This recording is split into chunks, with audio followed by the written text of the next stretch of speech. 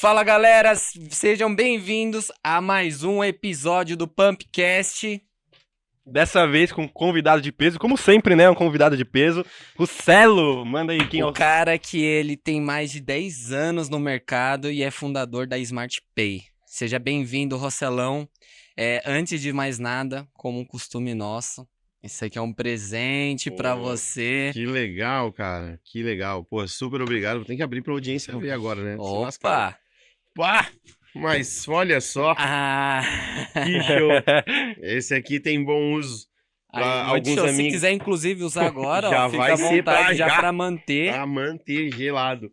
Se quiser dar a caixinha aqui, ó, Valeu. já pra começar o podcast com o pé direito. Que show de bola. Sensacional. Essa cervejinha aí eu já... Saúde, galera. Saúde. É isso aí. Ao nosso episódio, vamos lá que hoje vai ter muita troca de ideia e vai ter muito insights pra vocês.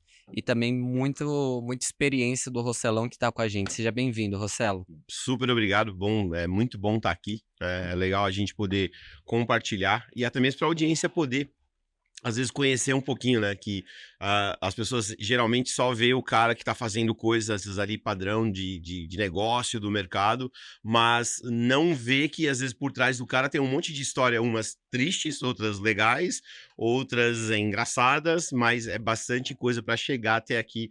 E nada melhor do que compartilhar até para poder incentivar aqueles que às vezes vão pensar assim, pô, será que eu consigo? Meu irmão, consegue. Qualquer um consegue, basta ter força de vontade para fazer. Mas vamos trocar uma ideia pra gente contar como foi desde a minha caminhada de chegar no Brasil até agora, até chegar onde eu cheguei no momento.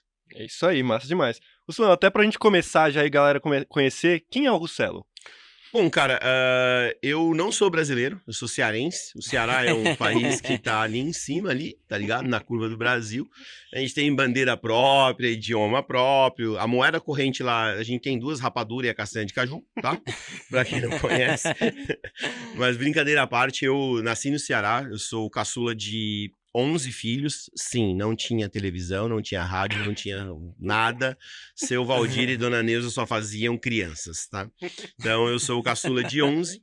Eu vim para São Paulo quando eu tinha 5 para 6 anos de idade e me apaixonei por tecnologia ou por questões de eletrônica e eletricidade, porque eu nunca tinha visto tanta luz na minha vida, cara.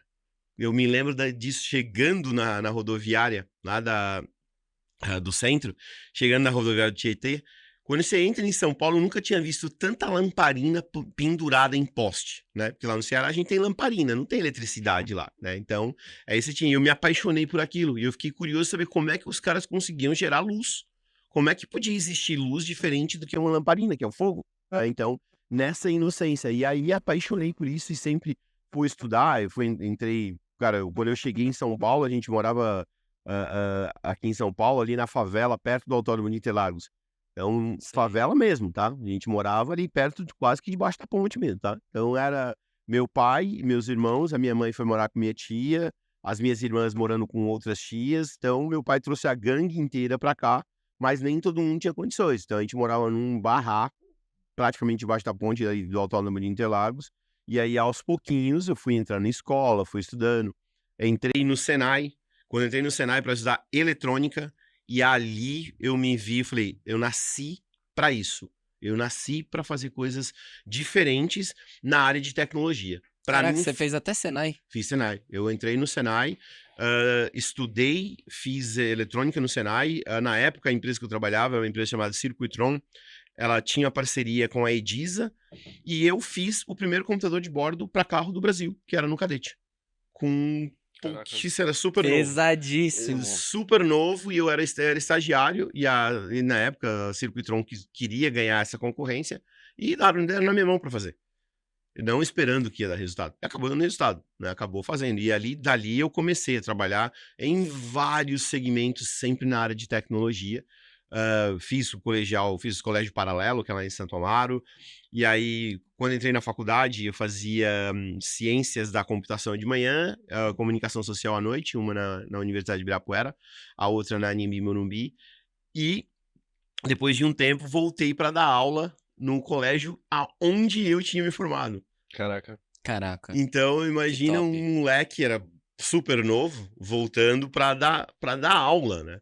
E eu dava aula para caras que eram muito mais velhos E do que você dava aula com quantos anos? eu comecei a dar aula aos 20 anos. Porra. Aos 20 anos de idade. Tava dando aula, eu dava aula de microprocessador. Pesadíssimo. E isso, pô, 20 anos. A gente tá falando em que época de microprocessador que você. Cara, naquela época você tinha os telejogos, velho. Você tinha o TK-80. Era isso aí que tinha de microprocessador. Você não tinha os computadores ainda, né? Então era que tava começando. Imagina, eu tenho 50 anos de idade agora.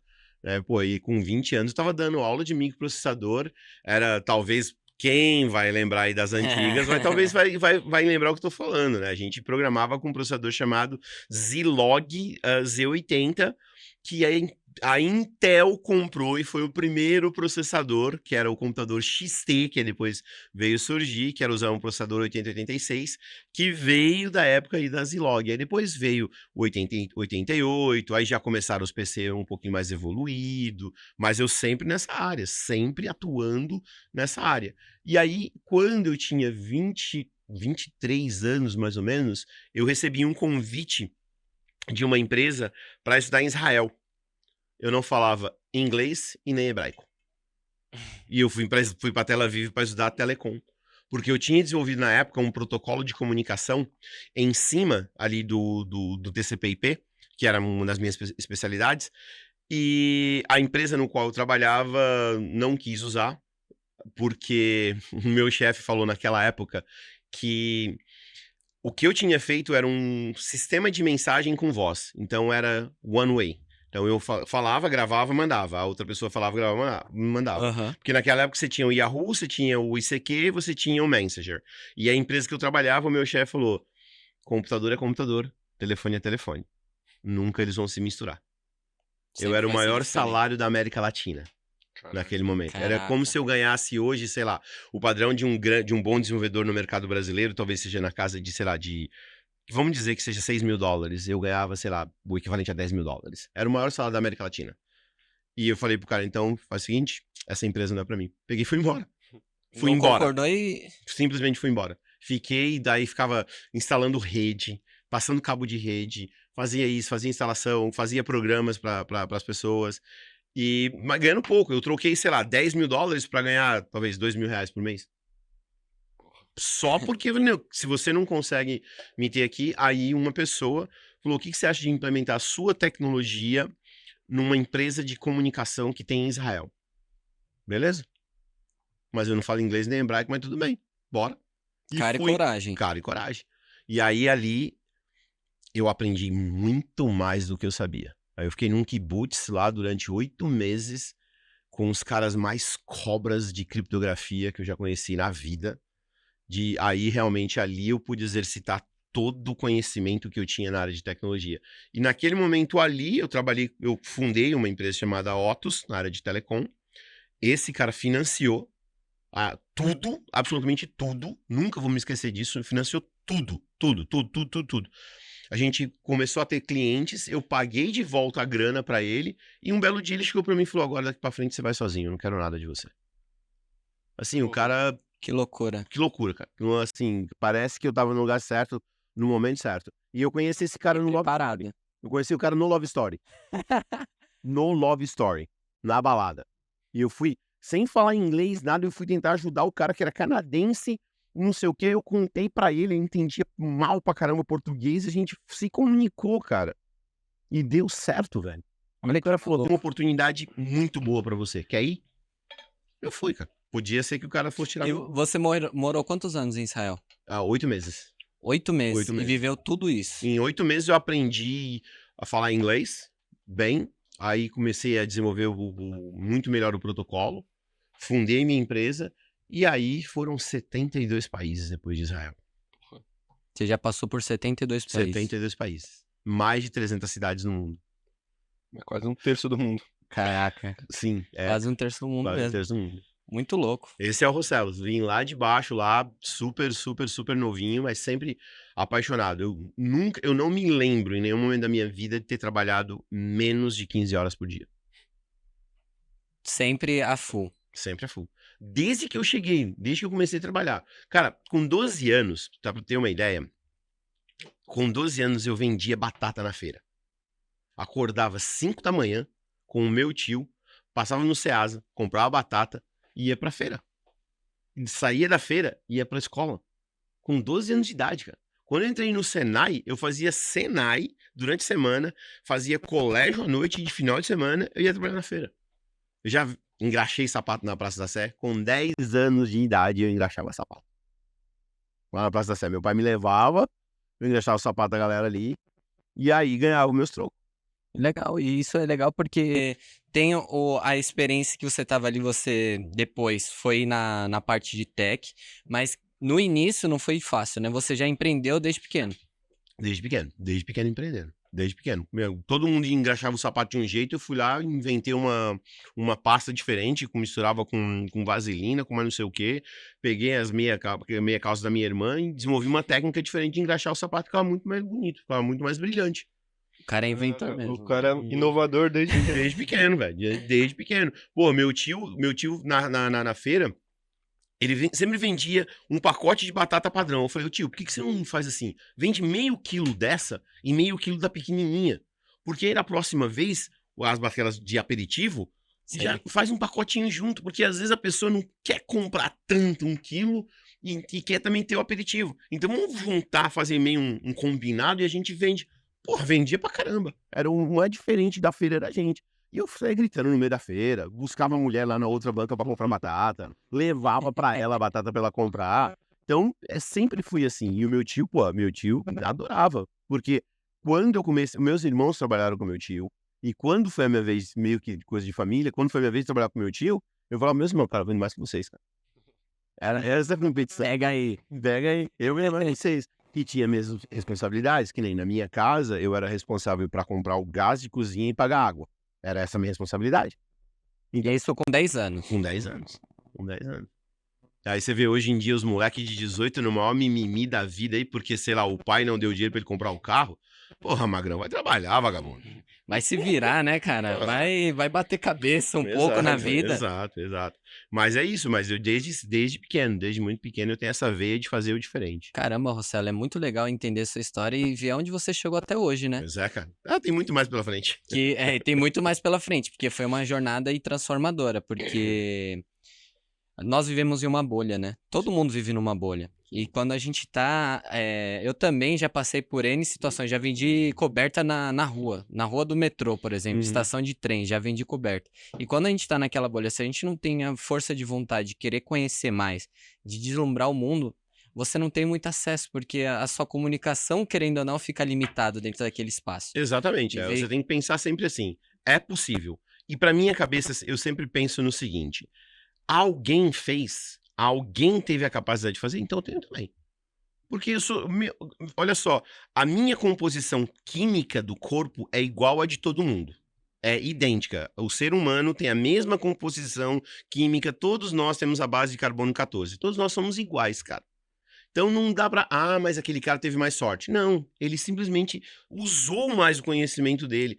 Ele tava na hora certa, no momento certo, na hora... Não, ele se colocou naquela condição. Então, meu velho, não tenta dar desculpa. Quem faz o seu futuro é você mesmo. Então, você tem todo o poder nas mãos, igual a qualquer pessoa.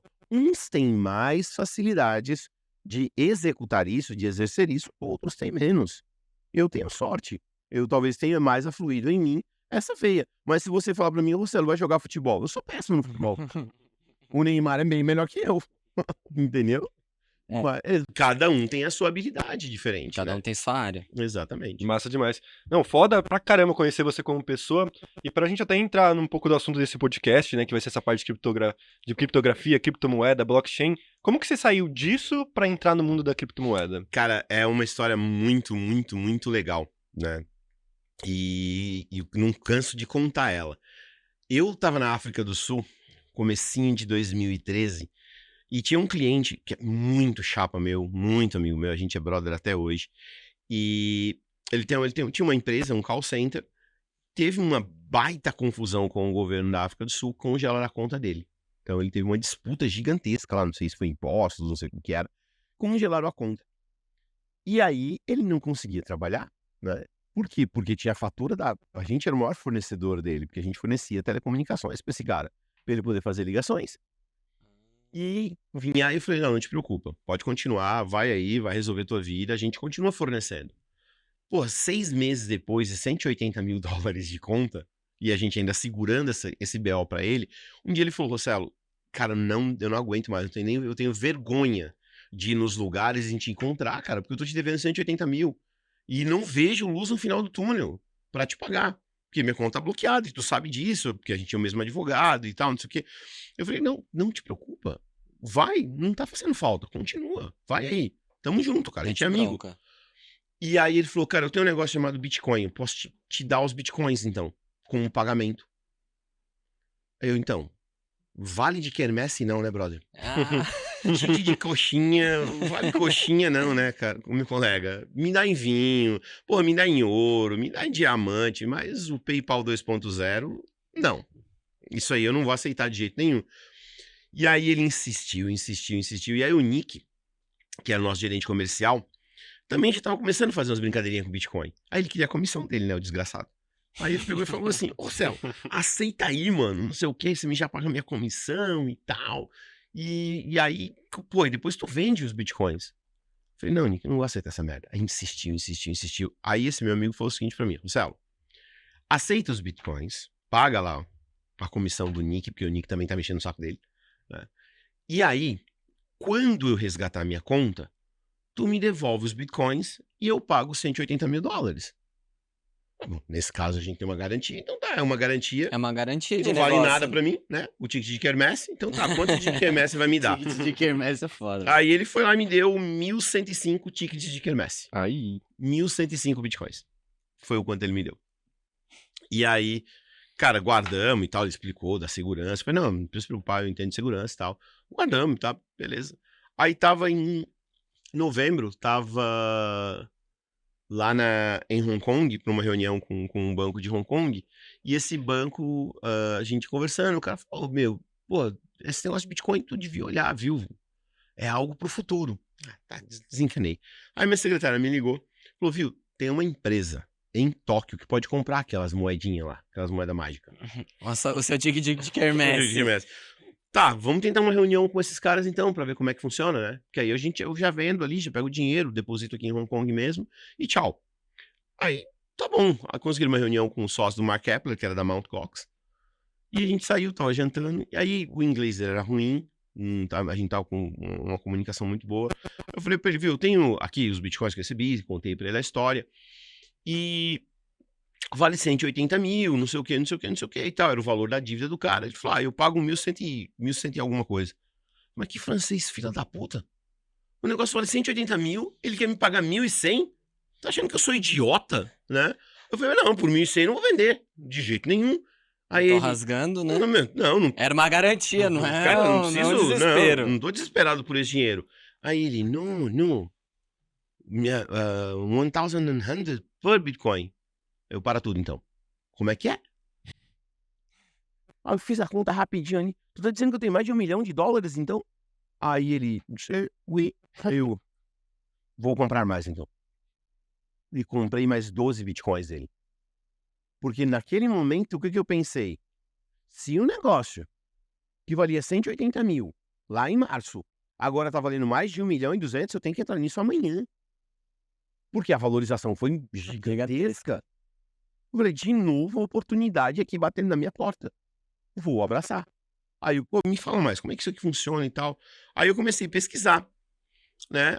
Aí, tava tendo uma conferência, a primeira lá, BitConf, em Buenos Aires. Ah. Eu, na hora, peguei o avião, Buenos Aires. Cheguei lá, paguei um mico lascado, velho. Cheguei na conferência, olhei assim a programação, e olha daqui, olha dali. Cheguei pra um dos caras, dos organizadores, e falei, viu, pô, uma conferência desse tamanho, no mínimo, vocês tinham que chamar Satoshi Nakamoto, né? Cadê o cara? Aí ele olhou assim pra mim, Satoshi Nakamoto? Eu falei, sim, inclusive eu queria trocar uma ideia com ele, porque esse negócio do block time ali, 10 minutos, podia ser mais, mudar. Queria dar umas dicas pra ele de mudar algumas coisas, de repente a gente pode fazer uma coisa melhor juntas, porque eu sou especialista nisso, em segurança e não sei o que, não sei o que. Aí o Rossello querendo dar uns toques pra Satoshi Nakamoto. O cara olhou pra mim, Na maior humildade, Na né? maior humildade, Cadê né? o cara? Pô, só trocar ideia, trocar ideia. network. Não, na hora, o cara olhou pra mim, você, fala com Satoshi Nakamoto. Não, né, meu querido? Cara, ninguém conhece Satoshi Nakamoto. Ninguém viu Satoshi Nakamoto. Aí eu falei, porra, então vai funcionar. Então o Bitcoin vai funcionar. Porque se você não tem alguém pra pôr a arma na cabeça, Você não tem como reprimir. não tem como reprimir. E como eu já tinha passado por uma situação muito similar a essa, de uma grande autoridade ir lá e me ameaçar, me colocar dentro de uma prisão, eu já sabia, falei, porra, isso é um ponto falho, ter alguém por trás da tecnologia. Porque é um ponto onde pode ser atacado. Então, eu já tinha essa experiência. Quando me falaram que não existia Satoshi Nakamoto, falei, agora já era. Agora funciona mesmo. De verdade. Porque não tem quem ameaçar. Vai ameaçar como? Aí os caras lá na LabitConf da Argentina, que inclusive, galera, acontece agora de 9 a 12 de novembro, a LabitConf, em Buenos Aires de novo. E LabitConf. LabitConf. E a gente vai estar lá com stand e tudo mais. E aí, os caras me falaram da mineração, cara. Como que era feito. Eu falei, então quer dizer que é descentralizado. Cada um pode fazer o seu dinheirinho mágico, tá certo? Não tem um governo para controlar, limitado, e não tem um criador. Sinto muito, mas os bancos acabaram de se fuder. Foi na hora, naquele momento foi o que eu acabei de pensar. Eu falei, isso tem futuro. Peguei um avião, meu velho, fui direto para Taiwan para entender como é comprar uma placa de vídeo em quantidade. E foi ali que eu entrei na casa de Bitcoin. Você foi pra Taiwan entender como funcionava as placas de vídeos. Que eles são dos eles têm a principal matéria-prima. Né? Exatamente. Taiwan, a Safari tá em Taiwan, várias grandes fabricantes de placa de vídeo tá em Taiwan. A maior planta de fabricação da AMD é em Taiwan. A maior da GeForce é em Taiwan. Então, na hora eu fui pesquisar e, vou pra Taiwan. Mas foi dali direto pra Taiwan, cara. E daí, você já tinha Bitcoin, você acabou entendendo melhor como que funcionava, foi pra Taiwan e decidiu fazer o investimento. E pra onde você foi depois? Aí depois dali, né, entendi realmente como que era, né, pra fazer isso, pra comprar nosso primeiro pedido de placa de vídeo, acho que foi, sei lá, 2.000 placas de vídeo, pra começar a brincadeira. Só pra brincar. Só pra começar a brincadeira. Aí eu falei, bom, agora eu preciso testar. Como é que eu testo isso? Na época eu morava em Cape Town, na África do Sul. Aí cheguei pra minha mulher, a gente tinha acabado de comprar uma casa na África do Sul. Acabado de comprar a casa dos sonhos. Eu falei pra ela, Renata, nós não vamos morar na casa. Essa casa já era. Essa casa já era. E assim, aí, de um lado, ó, conforto, puta casa legal, McLaren, Ferrari, R8, era o que tinha na garagem. Então, porra, bem de vida pra porra. Uma puta de uma mulher gostosa pra caralho, bonita, filha, já meu moleque ali encaminhadinho. Porra, era pra eu fazer o quê? Ter um magrão. Já tinha contratado o cara pra me substituir na empresa, que já tava querendo sair fora. Então, ali era um momento de falar, pô, aposentar, quero viver. Vou jogar golfe, tá ligado? E era esse momento. E aí, não, eu falei, cara, vou fazer o seguinte, eu levei uma parte de tempo pra construir tudo isso. Vou começar do zero de novo. Vou começar do zero. Cheguei pra Renata e falei, Renata, a gente vai voltar pro Brasil, porque Paraguai é onde tem energia elétrica mais barata nesse momento. E o Paraguai é um país pequeno, tem energia barata, ninguém sabe que porra que é mineração, então fica fácil pra gente ir lá e negociar. Tá perto da sua família, quando a gente precisar, quando eu precisar. A única coisa que eu vou falar pra você é, São Paulo e Rio de Janeiro, não, no way, de jeito nenhum, não vamos morar nesses lugares. Procura um lugar. Aí eu, mas e a nossa casa? Aí, pois é. Vende. Já pesquisa as imobiliárias. Vende a casa. E vamos pra Floripa. E aí ela falou, ó, vamos procurar um lugar. Aí a gente começou a olhar. A gente tinha uns amigos em Florianópolis. A gente veio passar o final do ano 2013 em Floripa. E aí achamos Floripa. Beleza, legal. Só que antes de ir pra lá, a gente ficou 6 meses na casa do pai dela, que é em Camanducaia, na divisa São Paulo-Minas, sul de Minas. Então, uma região mais alta é fria, e aí ele tinha energia elétrica rural. Eu falei, perfeito para ser um laboratório. Por quê? temperatura baixa, energia elétrica barata, vai servir de laboratório. E aí, falei, bom, é pra lá. Peguei um quartinho que ele tinha ali, comecei a montar as máquinas, aí na época, chamei o Marcelo, que é o primo da Renata, pra trabalhar com a gente, sem saber porra nenhuma. As pessoas olhavam aquele bando de placa de vídeo, de máquina, e falavam, o que vocês estão fazendo, cara? Vocês são doidos. Vocês são loucos. A companhia de energia elétrica saiu de a conta do meu sogro saiu de R$200 para R$10.000. Nossa, ele deve ter... Não, Cara, criar a companhia para poder olhar e trocar a fiação, colocar um poste novo, que não suportava. que não suportava. A gente teve que fazer toda uma instalação para poder fazer teste, cara. E a gente fazia testes e mais testes e mais testes. Às vezes eu e o Marcelo, a gente saía do escritório que tava na Haddock na época, a gente tinha o escritório na Haddock ainda, saía do escritório da Haddock, os dois, sei lá, 1h da manhã, tudo sujo, de montando máquina, fazendo teste, porque tem uma coisa muito legal, que as pessoas talvez não param pra pensar, acham que um data center de mineração é tudo limpo, bonitinho. Não, cara. A máquina é suja, é feio, ainda mais lá no Paraguai. Só que a gente aqui no Brasil, o que a gente estudou, né? Estudou o seguinte, comprar fonte cara não dá lucro. Comprar a placa-mãe cara não dá lucro. Então você tem que fazer o quê? Ser o mais eficiente possível o hardware. O que a gente fazia? Ia na Santa Efigênia comprar sucata. Porque a placa de vídeo que foi para leilão, de caixa eletrônico, de antigos computadores de banco, que iam para leilão, que os caras da Santa Efigênia arrematavam, para nós era boa. Porque o processador era bom. Porque o processador para nós era bom. A fontezinha que tinha... Mas aquilo, imagina como vinha cheio de poeira aquela porra, né? E as condições. E as condições. Ah, você tinha que fazer a reciclagem, né? O que reciclagem. dá e o que não dá. Aí tirava os gabinetes, e aí a gente começou, não, vamos cortar aqui, vamos fazer... Então a nossa disputa era quem fazia mais a máquina mais enxutinha, mais bonitinha. E a gente chegou ao número, 2 placas de vídeo, era o que tinha que ter.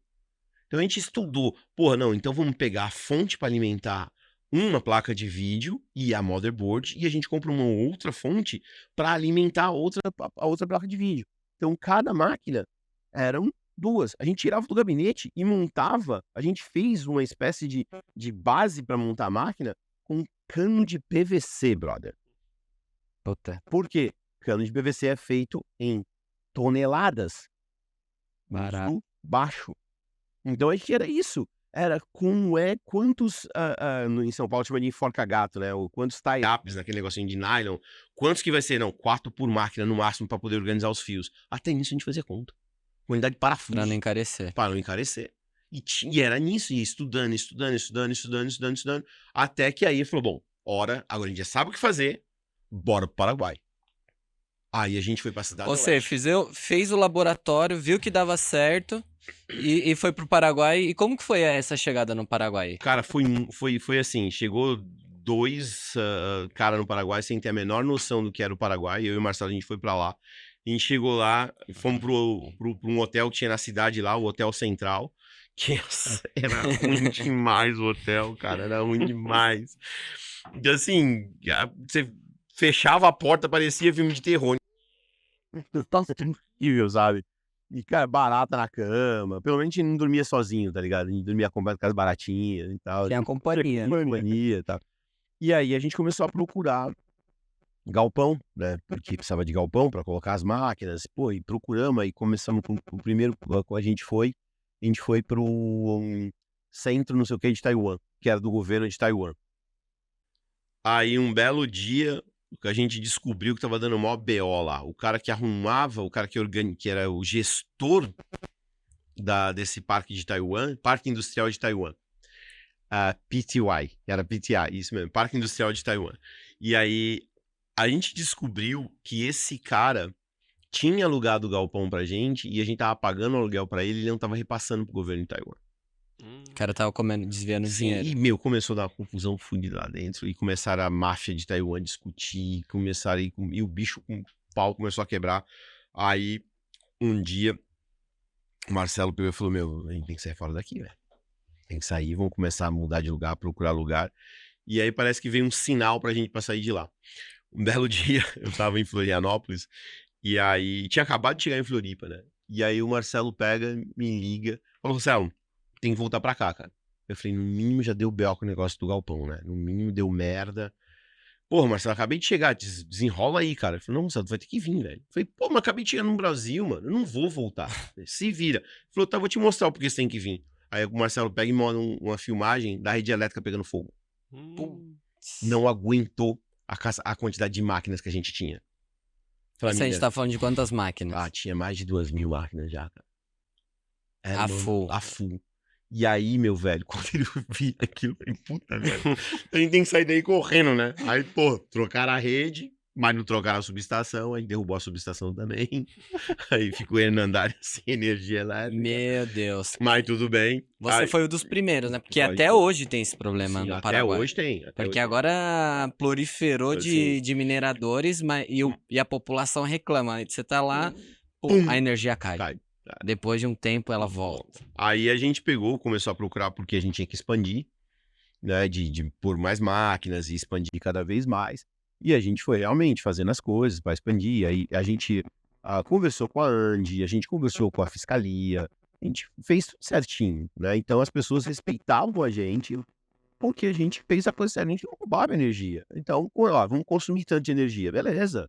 Então vamos consumir essa energia, vamos pagar por ela, né? E não tinha isso. Então todo mundo respeitava a gente lá. E é até legal que isso é uma solução pro Paraguai. Porque o Paraguai é um país que ele não consegue consumir toda a energia que ele produz. Exato, exato. Eu numa reunião com a Andi, o diretor da Andi me disse o seguinte, ó, o governo brasileiro ele paga menos de $0,01 por quilowatt.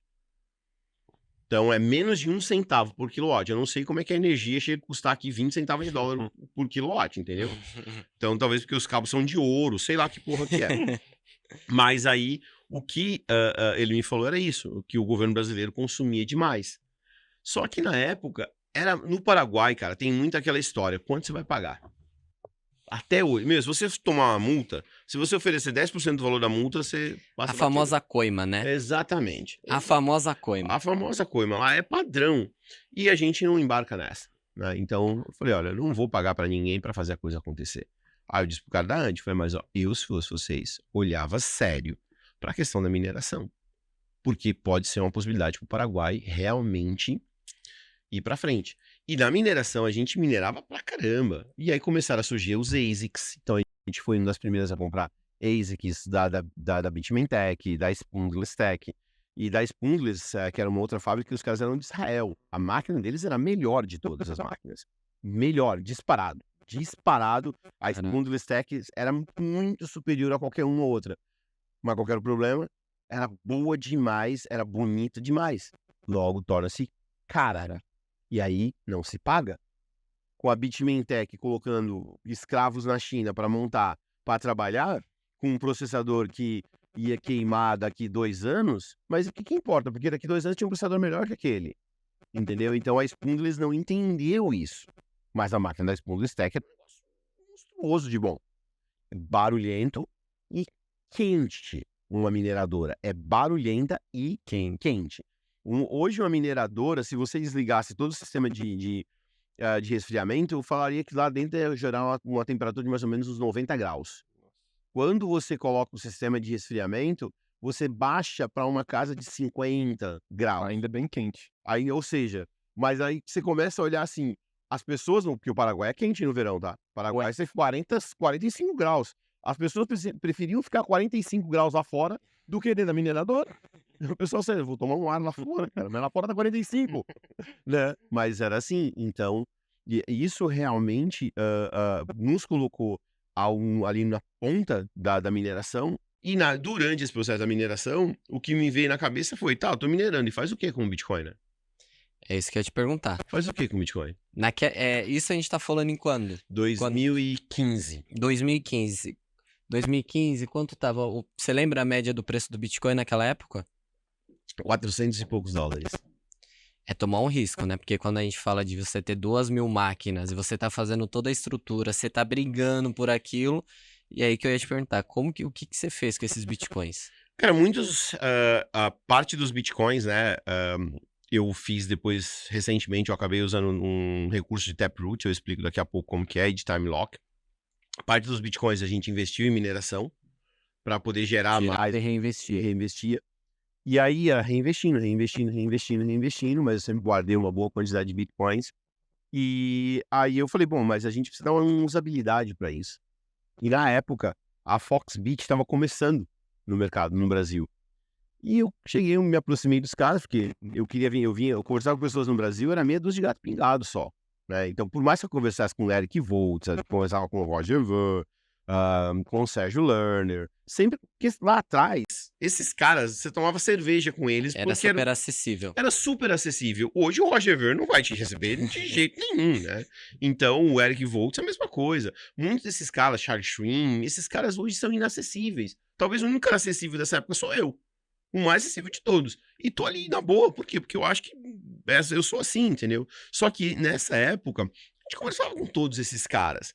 Então, pô, eu conversava com o André Horta, da Bitcoin to You, com o Rodrigo Batista. Andrezinho, puta, é meu chapa. A gente conversa quase que toda semana, cara. Irado. E a gente é muito amigo mesmo, de verdade, de verdade. Rodrigo Batista vira e mexe, a gente troca figurinha. Então, e a Foxbit estava começando. E precisava de um investidor anjo, na época. Falei, cara, eu invisto. Afinal, tô produzindo dinheiro mesmo. Eu que tô fabricando. Eu tô fazendo. Eu que tô fabricando. Entendeu? Que imprime essa porra aí, então vamos gastar, né? E aí, eu falei, ó, quando vocês precisam tanto, eu mandei a grana pra começar a realmente fazer, e eu comecei a fazer, agora eu vou fazer um experimento, né? O Bitcoin que eu produzo aqui, vou vender nessas plataformas e vou ficar fazendo arbitragem. Cara, na Foxbit a gente fazia arbitragem negativa, ou seja, perdendo. Eu comprava Bitcoin na Bitcoin to You, vendia, sei lá, pagava R$900 no Bitcoin na Bitcoin to You e vendia na Foxbit a 890. Só pra poder trazer liquidez. Eu tava pouco me lixando, afinal tava produzindo, sei lá, 20, 30 Bitcoins por dia mesmo. Puta que Tô pariu. bem, sem problema, né? E Tá tudo fazendo, certo. e tá tudo certo. E tava aprendendo com o mercado. Pô, naquela época, agora alguns vão falar assim, como você é idiota, né? A Bitfinex também tava. Então eu tinha de um lado Foxbit, do outro lado Bitfinex. E a Bitfinex eu fazia algumas operaçõezinhas até para ajudar eles. Eles espelhavam o book da Bitstamp. A Bitfinex não tinha book ainda suficiente, ele espelhava o order book da Bitstamp para poder ajudar ali no order book dos caras. Olha o nível que era. Pô, e aí conversando, né, o Rafael ainda tava lá um dia, ele falou, Marcelo, você não quer participar? Vocês estão em Hong Kong, velho. Não, deixa eu ir na Foxbit. Eu poderia ter participado da Bitfinex, por que não, né? Tether e tal. Mas beleza, tudo bem, são meus amigos até hoje, a gente conversa sempre e tal. E aí, comecei com Canhada, com o Guto, que não tá mais entre a gente, com o Trovão, com o Felipe.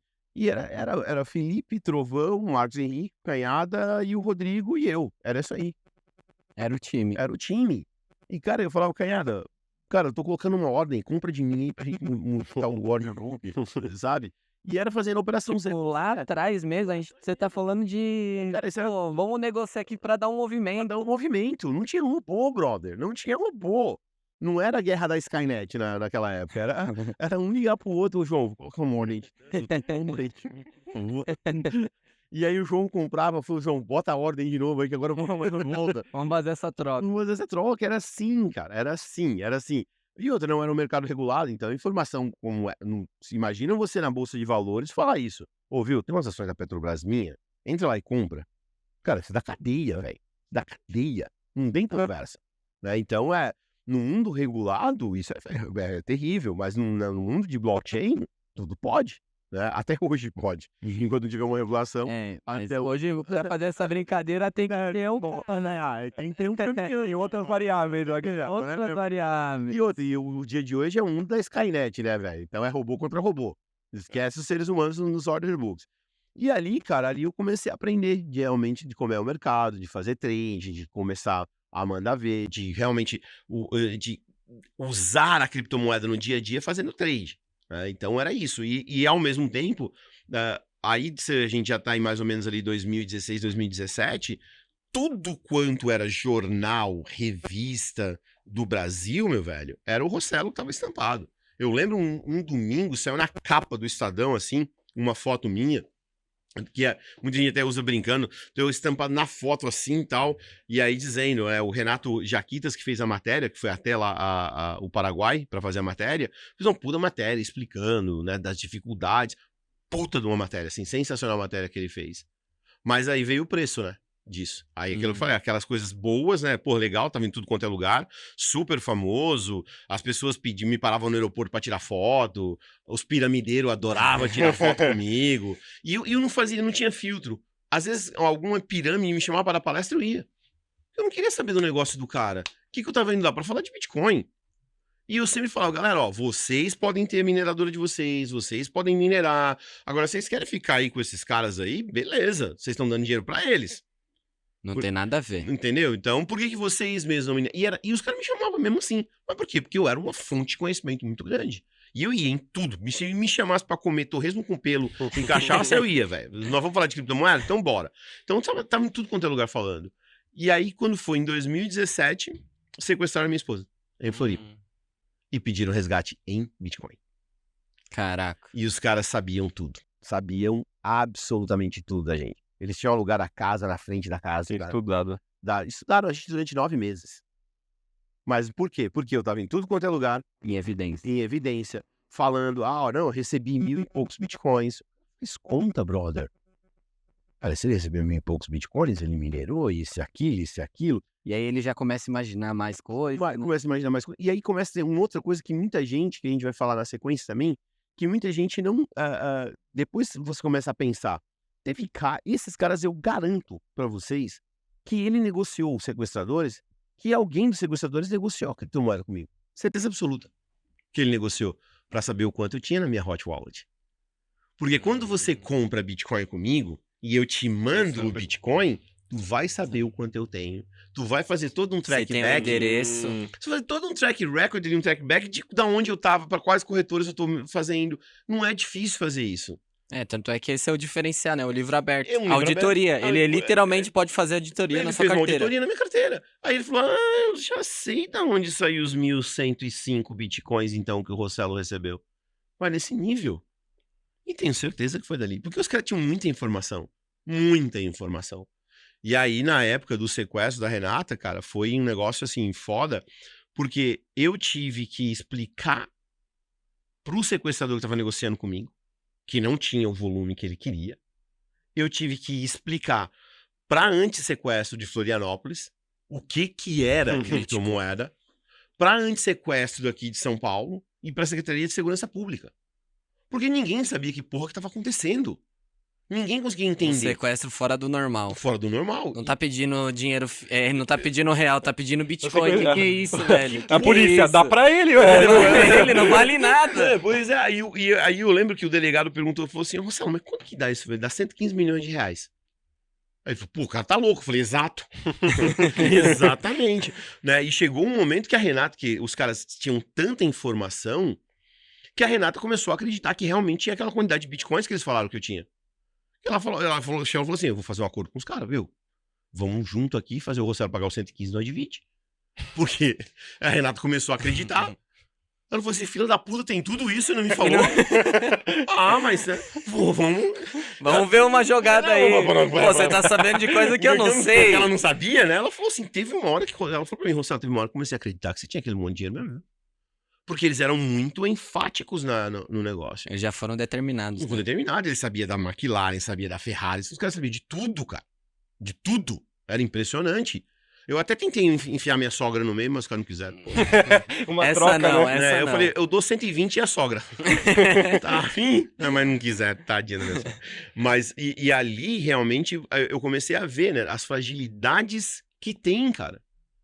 Que a blockchain tem. E aí você fala assim, pô, tá dizendo que a blockchain do Bitcoin é frágil? É frágil. O ser humano, tudo bem, lá na Europa até pode funcionar, lá na Suíça pode até funcionar de você falar pro outro usuário, não, eu tenho aqui 1.200 Bitcoins na minha carteira. Ok. No Brasil, magrão, não funciona. Se você falar que você tem 1.200 Bitcoins na sua carteira, até tua mulher vai querer te matar. Então, tem uma fragilidade muito grande esse sistema. E aquilo, depois do sequestro da Renata, me incomodou pra cacete, essa fragilidade. E ali eu comecei a pensar, isso nunca vai escalar. De jeito nenhum, um banco nunca vai aceitar isso como meio de pagamento. Um sistema financeiro nunca vai aceitar isso como meio de pagamento, porque é frágil, lento e caro. Satoshi pode ter tido uma excelente ideia, mas como meio de pagamento, nem agora em 2023, serve. Não serve. Lento, caro, não tem segurança. Então, isso tudo lá de trás, eu fui usar todo o meu conhecimento que eu tinha mesmo de mineração e vi. Falei, cara, isso aí não tem como dar certo, né? E ali começou a me incomodar. Eu falei, pô, eu tenho que desenvolver alguma coisa pra mudar isso, pra trocar isso. E ali eu falei, pô, mas eu já tinha todo o conhecimento de mineração. E de blockchain, de né? blockchain.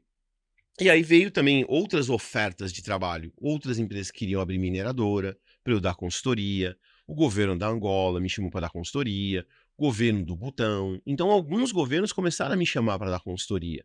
E tinha um grupo chinês dizendo, quero comprar a mineradora de vocês. Eu falei, bom, então, peraí, então, já que eu quero fazer algo diferente, vendemos a mineradora, saio do parquinho e vou brincar em outro parquinho. Vamos fazer com dinheiro, né? Agora eu vou fazer com dinheiro. Agora eu vou começar a usar. E sair da mira também, né? Dos holofotes. Dos holofortes. Eu acho que, assim, quem tem 1.000 e poucos bitcoins, quem tem mais de 500 bitcoins hoje em dia, eu acho que em qualquer lugar do mundo, essa pessoa ela não pode ficar falando. E ter umas 10 carteiras pelo menos separadas. Tem a carteirinha do mendigo ali, que ela vai ter um pouquinho. Foda. A carteirinha que, pô, você tem aí, pô, leva aí, mas a outra que não mexe, né? Então, É pra tu ver como que é a nossa mentalidade, né? No Brasil a gente fala, a gente tem uma carteira dentro do carro pro ladrão. A gente tem a carteira do ladrão, cara. Na Suíça... tem o celular do ladrão. Você tem o celular do ladrão. Na Suíça, se você vai explicar isso pra alguém, a pessoa não consegue entender. Como assim? Você vai fazendo doação? Por que você não dá pra quem precisa? Exato, entendeu? Mas é a nossa mentalidade, né? Muito top. Rossello, e essa parte de empreendedorismo me encanta. E até para que a gente possa contextualizar, vai ter muitas pessoas aqui que vão entender o que é blockchain, o que é mineração. Como que você define essa parte da mineração com a segurança da rede? Só para a gente contextualizar para as pessoas entenderem o que de fato o que você fazia na mineração. Não, isso é bem legal. Puta, uma baita pergunta. Eu acho que é essencial a gente poder falar para as pessoas exatamente isso, né? Vamos dar um exemplo. Eu vou pegar um exemplo principalmente do Ethereum como exemplo, que é legal a gente entender, porque o Ethereum pode trazer uma história e também dos diferentes tipos de mineração, tá? Que existem. Então, a mineração que se chama Proof of Work, né? Que é justamente a prova de trabalho. Então, você tem uma máquina, tá? Que ela tá ali trabalhando para manter a rede segura. Tá? Então, ela está lá para manter a rede segura, para validar as transações. Quando a carteira A manda Bitcoin para a carteira B, nada mais é do que está acontecendo o minerador ele vai validar se a carteira A tem aquele saldo mesmo para poder mandar. Ah, tem um saldo? Beleza, ele vai dar um ok e ele vai publicar essa transação agora que a carteira B. Lá na blockchain, que pense vocês que é uma planilha super organizada, nada mais é você tem entradas, saídas, entradas, saídas, entradas, saídas, entradas, saídas. Como é que eu sei o saldo? Bom, seu saldo é muito simples. Você pega todas as suas entradas, subtrai todas as suas saídas, tá ali o teu saldo. Mas não é que você tem um saldo guardado no seu celular, não. O seu celular, ou a sua carteira, o seu device, ou a sua paper wallet, nada mais é, ela tem a chave para ir lá e abrir e olhar. É só para ou assinar uma transação. O minerador, ele faz essa validação. Pegar todas as minhas entradas, todas as minhas saídas e aí chegar... Não, o Rossello pode transacionar. Esse é o primeiro trabalho do minerador e por isso que ele tem um hardware fazendo isso. O outro trabalho do minerador é justamente de gerar novas moedas. Então, a cada vez que ele minera um bloco novo, ele está gerando, no momento, eu acho que é 6.25. 6.25. Ano que vem passa para 3. Alguma coisa. Não, 6.5. Era 12. Não, era 25. 6.5. 6. Era quanto? Foi 50, 25, 12.5, 6.25. É isso aí. Hoje é 6.25, ano que vem vai passar para 6, para 3.12 alguma coisa. Então, o minerador, quando ele descobre um bloco, e aí vamos lá, como é que ele descobre um bloco? Tentativa e erro. É uma matemática que ele fica tentando, tentativa e erro, tentativa e erro, tentativa e erro, tentativa e erro. Não é que ele vai lá, eu acho, é tentativa e erro. Quanto mais máquinas você tem, maior a chance de você ganhar. É uma loteria mesmo. Então imagina a Mega Todo Sena. mundo tentando acertar o hash. Todo mundo tentando acertar, todo mundo acertar. Então imagina a Mega Sena. Tem 6 números. Se eu fiz 4 bilhetes, o fulano fez 8 bilhetes, o outro camarada foi lá 50 bilhetes, quem tem mais chance de ganhar? O cara que fez 50 bilhetes. É loteria. Quanto mais máquinas eu tenho, maior é a chance de eu acertar o hash, a conta matemática, maior é a chance. Quando eu acerto, adivinha o que eu ganho? Uma caixinha com 6,25 bitcoins lá dentro. Quando eu vou pegar esses bitcoins, eu tenho que publicar. Por quê? Porque o outro coleguinha vai dizer o seguinte: deixa eu ver se essa caixinha mágica realmente é a certa. Ele tem que validar também se aquele hash que eu descobri tá ok. Então, eu vou publicar isso para que toda a rede possa olhar. Então, não tem como fraudar uma transação. Porque se a carteira A mandar para a carteira B e ele não tiver condições de aquela quantidade de bitcoins, ele não consegue mandar. Aí o minerador, quando ele vai publicar essa transação lá no que a gente chama de blockchain, ao mesmo tempo tem um monte de transação esperando para ser publicada junto com a dele. Então, ele achou um bloco, ele vai lá dizer, quem aí precisa publicar a transação? Tem essa galera. E o minerador pode decidir o seguinte, quando você faz uma transação, você paga por essa transação. O minerador ele pode dizer o seguinte, só ponho no bloco que eu tenho que publicar, porque ele tem o direito de publicar, porque ele acabou de achar um bloco, só coloco no bloco quem pagar mais de, sei lá, 10 mil satoshis, ou mais de 20 mil satoshis. Então ele pode muito bem determinar qual o valor que ele vai cobrar para poder incluir na transação. E aí tem um monte de gente que foi lá e colocou 1 satoshi como taxa. Vai ficar eternamente esperando a transação, porque o minerador vai dizer, não vou, é muito pouco que você está querendo me pagar. Aí o minerador ele vai pegar todo aquele monte de transações junto com um bloco dele e vai publicar lá na blockchain. Bingo! O cara, esse está publicado, são 6,25 novos bitcoins que estão na rede. O minerador pode decidir deixar com ele, ou ele pode pura e simplesmente vender ou fazer o que ele bem entender, mas ele acabou de gerar um dinheiro para ele poder usar. Essa é a função do minerador Proof of Work. Então ele tem um trabalho e por esse trabalho ele é remunerado pelas transações da rede ou ele é remunerado pelo bloco novo que ele recebeu. Por que eu mencionei o Ethereum? O Ethereum era assim antes. Aí o Ethereum mudou para algo chamado Proof of Stake. O que significa o Proof of Stake? Você não tem mais a máquina minerando, você não tem mais esse trabalho a ser feito. O que você tem agora é um node que valida transações, aonde para você ser esse node validador, sei lá, você tem que ter 32 Ethereums, você tem que ter uma quantidade de Ethereums para você comprovar aquela transação. Então você vira um node. Qual é o problema do Proof of Stake? O nome já diz tudo. Quem mais tem, manda, valida mais. Então, se eu agora passo a ter o maior stake de Ethereum, eu controlo. E a gente sabe que no mundo tradicional, você, por exemplo, o governo americano pode imprimir $1 trilhão.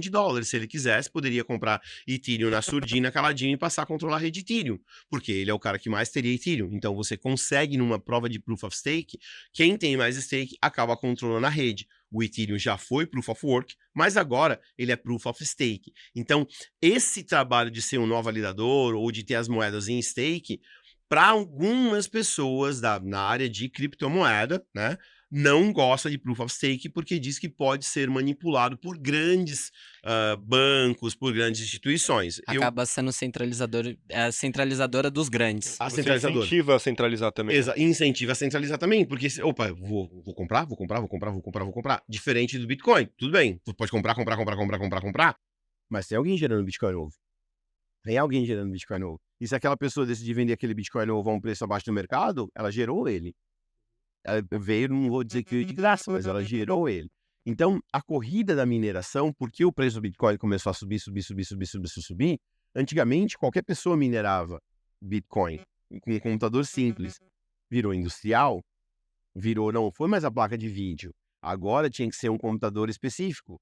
Aí foram melhorando. Agora hoje tem modelos específicos, Agora né? muito específico. S19 deve ter até outro. E aí você tem agora com tecnologias mais novas, até para a gente finalizar essa questão, né, da prova de trabalho e o fato da mineração, uma coisa muito que as pessoas têm que entender. O que é a mineração? É um chip de computador que ele está ali fazendo um cálculo matemático específico de um cálculo que é para poder acertar o hash. É específico, por isso que se chama ASIC, tá? Ele, para fazer isso, são milhares de ASIC numa única hashboard, numa única placa. Milhares de ASIC. Para consumir numa fonte de energia que consegue, sei lá, 3.000 watts, que é o valor ideal de uma fonte. 3.000 watts. Qual que é a briga? Reduzir, aumentar a quantidade de chips consumindo os mesmos 3.000 watts. Então, a evolução tecnológica não é na fonte. A evolução tecnológica são nos chips que estão ali dentro, no sistema de resfriamento deles e na quantidade de chips que eu vou conseguir colocar. Como que eu aumento a quantidade de chips disponível? Reduzindo a quantidade de energia elétrica que cada chip consome. É isso que a gente ouve falar, muita gente vai falar de nanômetros, que é o tamanho do processador e a quantidade de energia. Por que o iPhone evoluiu tanto? Por que a Samsung evoluiu tanto? Porque se eles já estão testando com chips de 7 nanômetros, ou seja, no mesmo espaço físico, ele consegue colocar 10 vezes mais do que o chip lá do primeiro iPhone 1 e consumindo muito menos bateria. Então, seus telefones de hoje em dia, a bateria dura mais, não é porque a tecnologia da bateria é uau, não.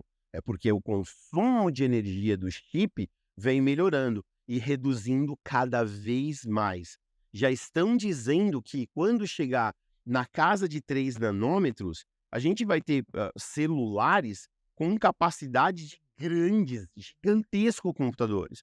Porque eles vão colocar tanto o processador, o próprio iPhone. Você já tem o processador da câmera, o processador do rosto, o processador disso, processador aquilo.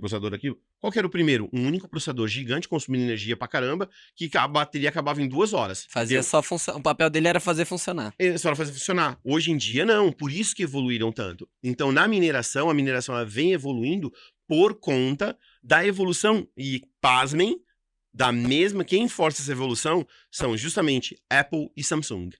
Eles é que impressionam para fazerem chips de menores nanômetros, que consomam menos energia e que ocupem menos espaço possível no telefone celular. E essa mesma tecnologia, ela é implementada para também ASICs, que são só 2 fabricantes de ASIC no mundo. Só tem 2 empresas que fabricam ASIC.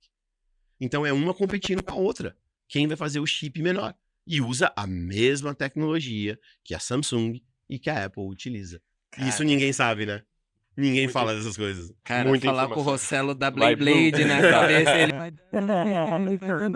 Muito top. Até, você comentou da fragilidade do Bitcoin, né? Até com meio de pagamento, mas eu vou deixar porque vai ter um próximo podcast que vai falar sobre meios de pagamento, essa revolução que tá acontecendo. Mas eu tenho uma pergunta polêmica que eu queria entender um pouco sua visão, que é uma coisa que surgiu na minha cabeça um tempo atrás e eu fiquei pensando e questionando algumas pessoas. Conhece o conceito de backdoor, né? Sim. Tá, pra quem não conhece, backdoor, me corrija se eu estiver errado porque eu não sou técnico nessa área, mas basicamente é uma fragilidade que você coloca no código pra você meio que poder entrar pelas portas do fundo e hackear ele, Isso aí. correto? É. Você entende que talvez a carteira do Satoshi Nakamoto pode ser um backdoor? Explicando até a pergunta pra quem não entende, é porque ele tem uma carteira muito grande, teoricamente ele não existe. Ele não precisa se colocar presente agora, mas quando um Bitcoin estiver valendo R$1 milhão, 1 milhão vezes 1 milhão dá 1 trilhão. Ele pode aparecer e se tornar uma das pessoas mais poderosas do mundo, né? Como que você vê isso? Bom, primeiro eu vou falar de backdoor, que é bem importante. Eu não vou falar o nome da empresa para não ficar chato, tá? Mas uma empresa que fabricava uma máquina de mineradora, elas colocaram um backdoor na máquina delas. Sério? E quem descobriu esse backdoor foi um cara chamado Sérgio Lerner, que é da Argentina, que participou do Bitcoin Core. Hoje ele tá na RSK e tinha um backdoor. A máquina minerava para você e para a fábrica. Né? Então a gente vê que isso não é algo... existe, já fizeram, tá? Uhum. E essa empresa usava essa técnica. Existem já várias aí suspeitas de até mesmo carteiras de criptomoeda que pode ter um backdoorzinho ali pro governo americano ou pro próprio fabricante da carteira. Já desconfiaram de carteiras de hardware que pode ter isso. E teve algumas que não conseguiu se explicar diante de códigos que outros especialistas encontraram, tá?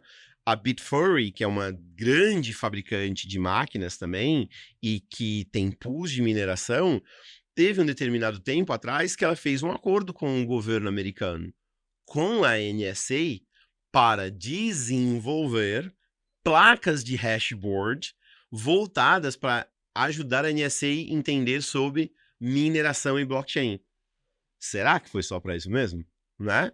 Então, a gente já vê isso. Backdoor, muita gente acha, o seu telefone celular, ele tem um backdoor que você não sabe. Mas o seu telefone, por mais que você esteja com ele desligado, ele tá ativo e ele está capturando o áudio do ambiente.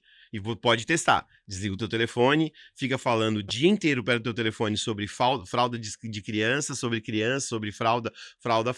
Liga o teu telefone e espera algumas horas para tu ver uma coisa. A quantidade de propaganda que vai aparecer de fralda. Né? Então, Só pela captação. Só pela captação. Então já existem essas coisas.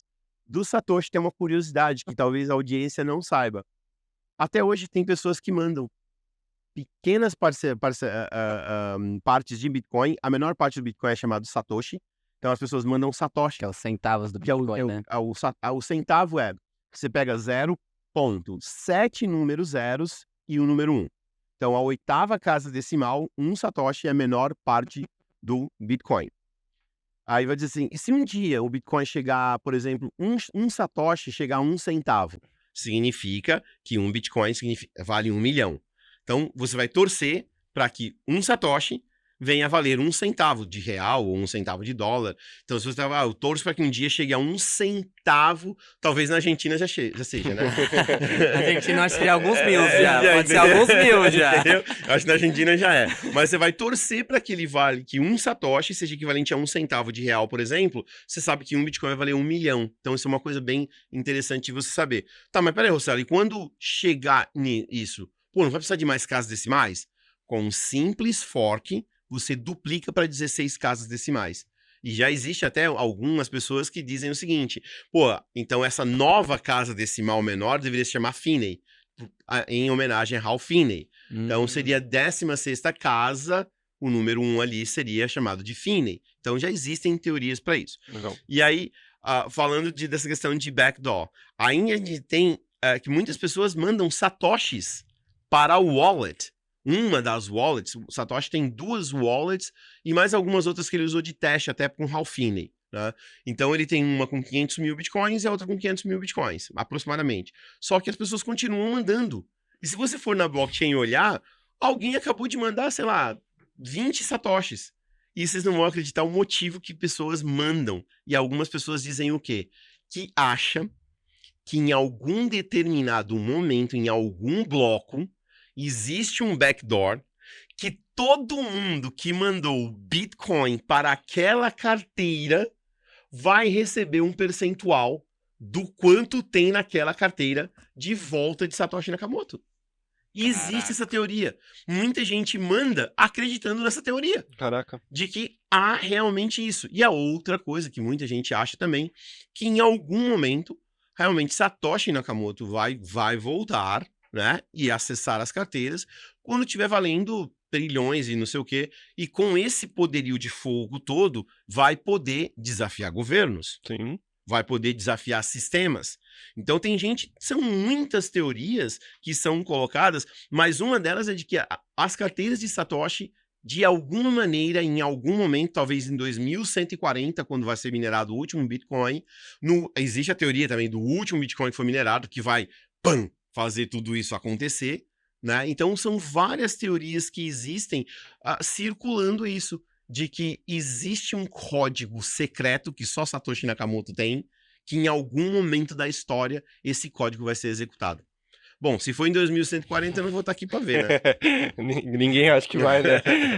Uma pergunta, o que você acha se ir nessa teoria de ele aparecer e poder confrontar os governos? O que você acha que isso pode impactar na confiança da rede ou na forma como que tá organizado tudo isso? Mas posso fazer uma coisa? Você que tá assistindo aí, você vai ver essa resposta no próximo episódio. Galera, assiste. Assiste porque, ó, vai ter que dividir em 2, meu. O cara é mestre. Olha quanto conteúdo irado ele compartilhou com a gente. Então, ó, fica atento. No próximo episódio tem muito mais coisas e a gente ainda vai falar sobre essa parte da inclusão, a inclusão financeira e a evolução dos meios de pagamento. É isso, valeu! Valeu!